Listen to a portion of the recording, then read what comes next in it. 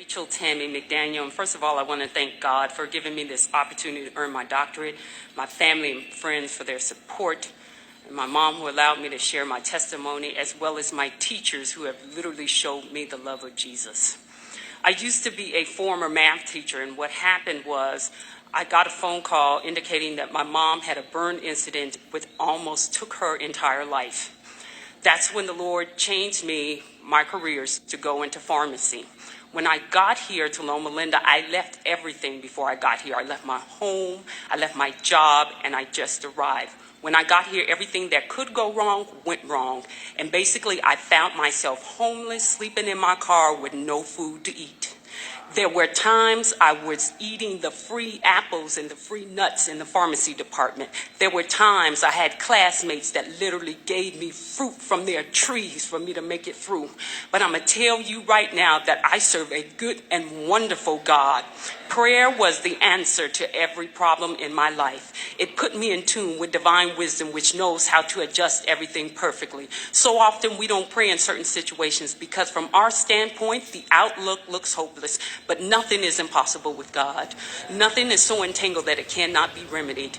There's no human relationship so strained that God can't bring reconciliation and understanding. There's no habit that is deep-rooted, that's so deep-rooted that it cannot be overcome. There is no one that is so weak that they can't be made strong. There is no one that is so ill that they can't be healed. And there is no mind, hallelujah, so dull that it cannot be brilliant. Whatever we need, if we trust God, He will supply it. God told me I was going to be a pharmacist, but it wasn't without its challenges. I remember sitting in this church during Easter weekend in the back discouraged. I found out that I could not return to this school anymore. And I heard the pastor say, if you find yourself dismissed from your program, just pray the prayer that the thief on the cross prayed. Lord, remember me. And that's what I prayed. Lord, I need for you to remember me. And guess what, y'all? He did. He restored me back into school. I'm standing in front of you today as a graduating student. And not only that, he even sold my home. We serve a good God. You see, I never gave up. I grew up on welfare. I never gave up. I grew up on food stamps. I never gave up. I grew up eating government cheese, and that made the best grilled cheese sandwiches ever, but I never gave up.